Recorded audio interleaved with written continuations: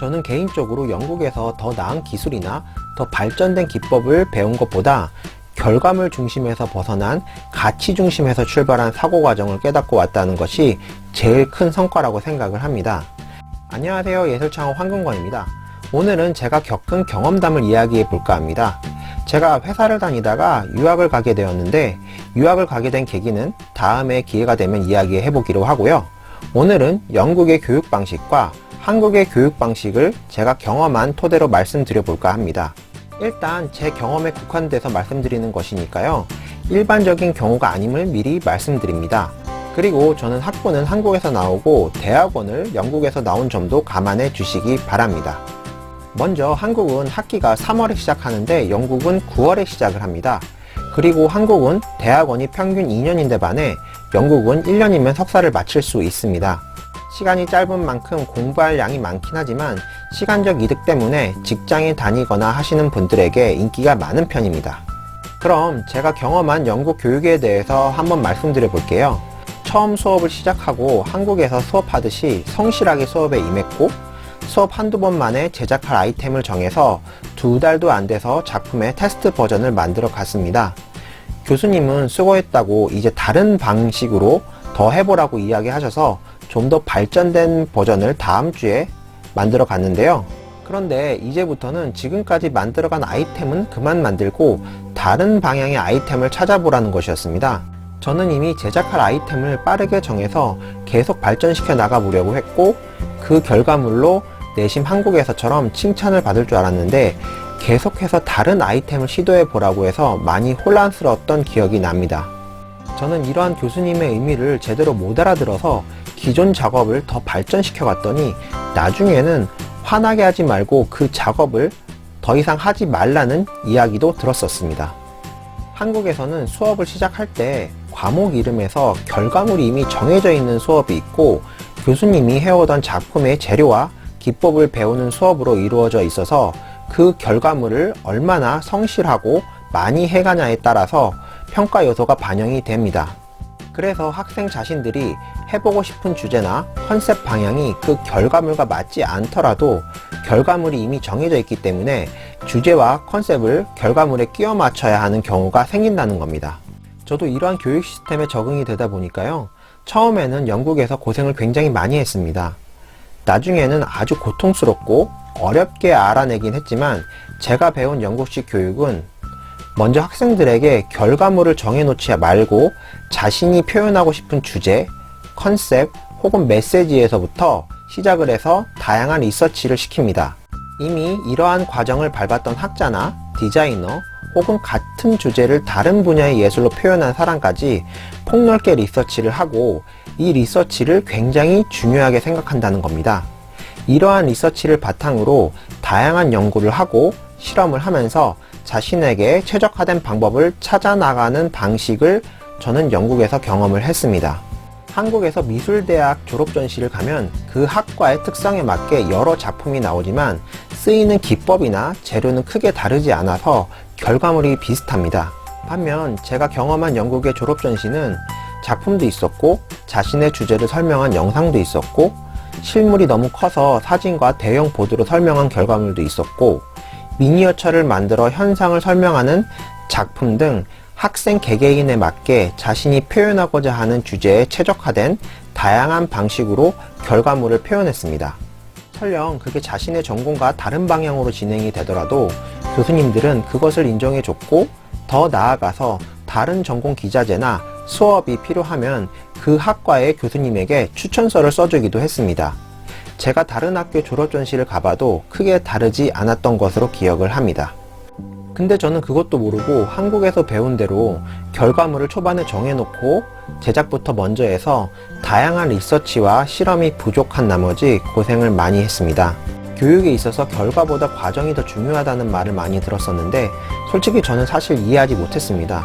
하지만 이러한 경험을 통해서 조금이나마 알 수 있게 된 계기가 된 것입니다. 우리는 어렸을 때부터 나중에 커서 뭐가 되고 싶은지 어른들에게 질문을 많이 받았습니다.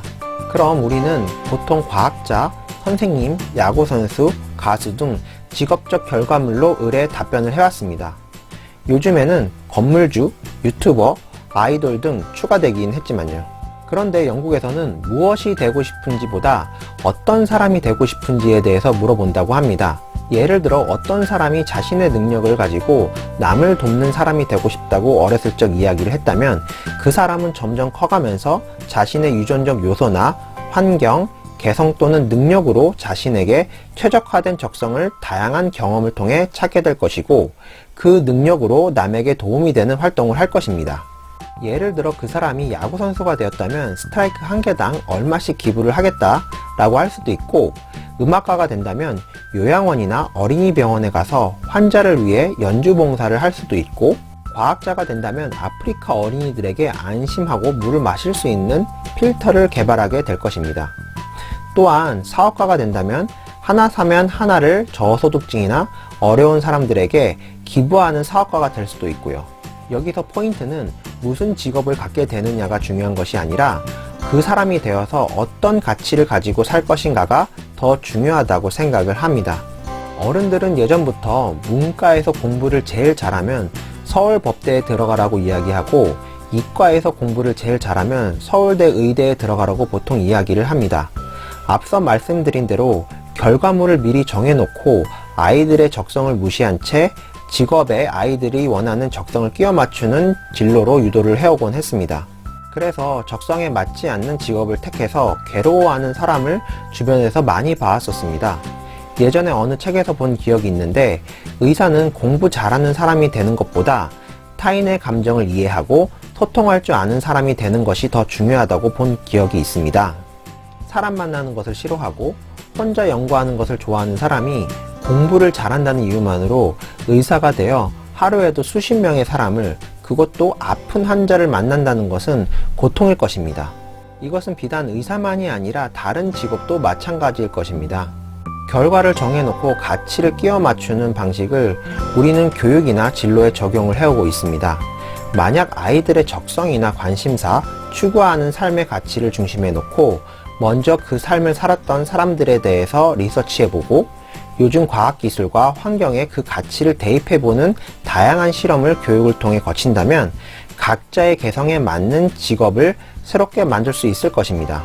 현재는 30년 전보다 훨씬 많은 직업이 생겼고 앞으로 30년 후에는 지금보다 더 많은 직업이 생길 것입니다.